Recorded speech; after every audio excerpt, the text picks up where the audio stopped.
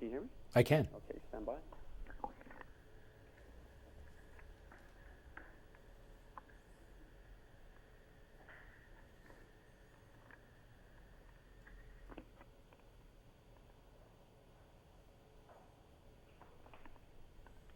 When it comes to breast cancer, knowledge is power. Today we have Dr. Russell Stankiewicz. Oh, I mispronounced that. Let's start all over.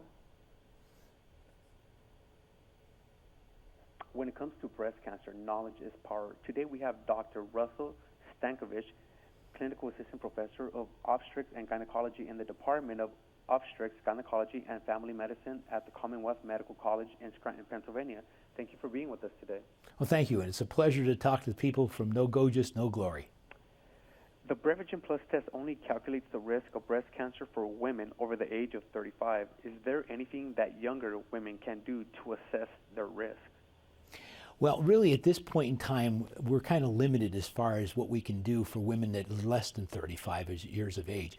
Now, as time goes on, the technology may improve to the point in time where we can. But particularly in women less than 35, if they have a family history as far as breast cancer is concerned, those are the ones that we're going to be looking at more for hereditary cause of breast cancer.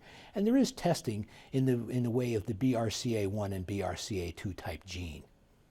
At what age should women begin testing for breast cancer, and does that vary based on race? Well, I always encourage my patients, even when they come in as teenagers, that they should start doing their breast self-exam. So that can start at a very young age, and hopefully by the time they're in their 20s, it's become habit and they can do their own screening. The unfortunate thing is that breast cancer oftentimes has been present for a long period of time before they can actually feel it. So at that point in time, we actually would encourage them also to have healthy lifestyles. So avoid the alcohol, watch your weight, eat a low-fat diet. Those are good things that are going to help breast cancer later on in life.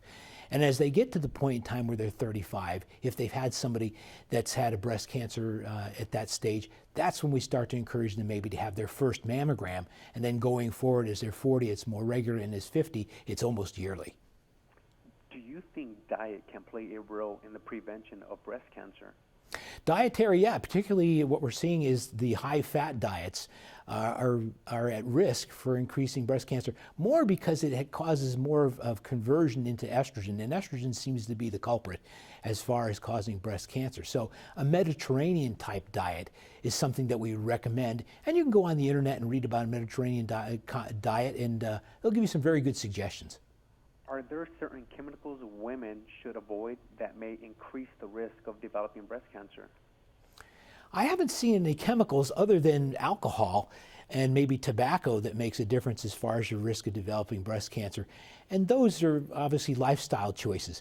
But those are the two big ones that I see. If you look at hairsprays or deodorants, that type of stuff, I haven't seen anything in the medical literature that's indicating that that's a risk.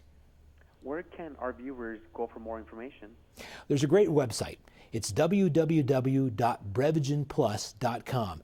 That website will also give them information concerning the testing, how it's done, and also provide information concerning providers in their area that may provide the testing. More importantly, they post counseling that comes after the test is done. Thank you for being with us today. It's my pleasure. Thanks for your time.